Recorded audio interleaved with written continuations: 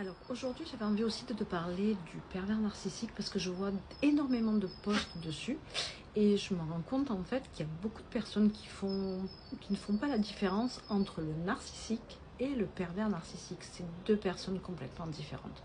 Le narcissique, même si c'est pas non plus une belle personne parce qu'il ramène tout à lui, n'est pas forcément dans la manipulation. Alors que le pervers narcissique, lui, est complètement dans la manipulation. Il va tout jouer, du début de ta rencontre jusqu'à la fin de votre relation. Et en fait, la rencontre, ça va être quelque chose de magnifique.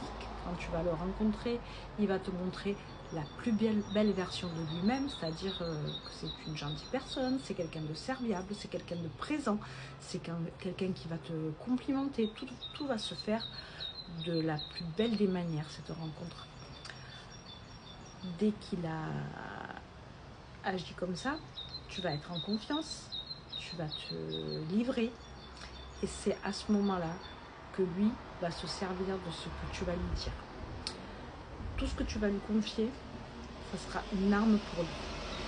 Alors, il agit dans la manipulation, il agit dans la méchanceté, il agit dans le fait de te rabaisser.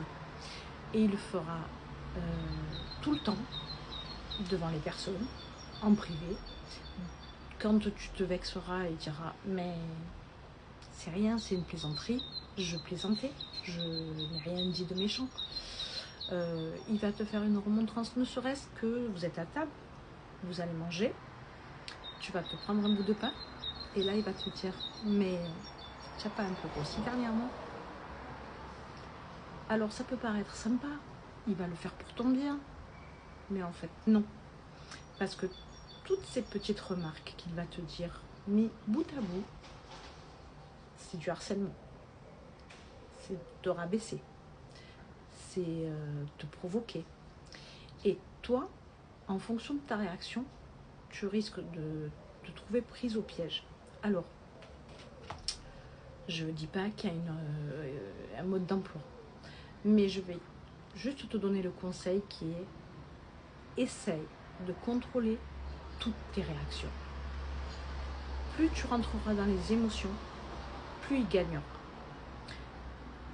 Si tu ne laisses rien paraître, si tu mets un voile sur ton visage, si tu n'as pas d'émotion, il n'a pas de quoi s'agripper, il ne gagne pas.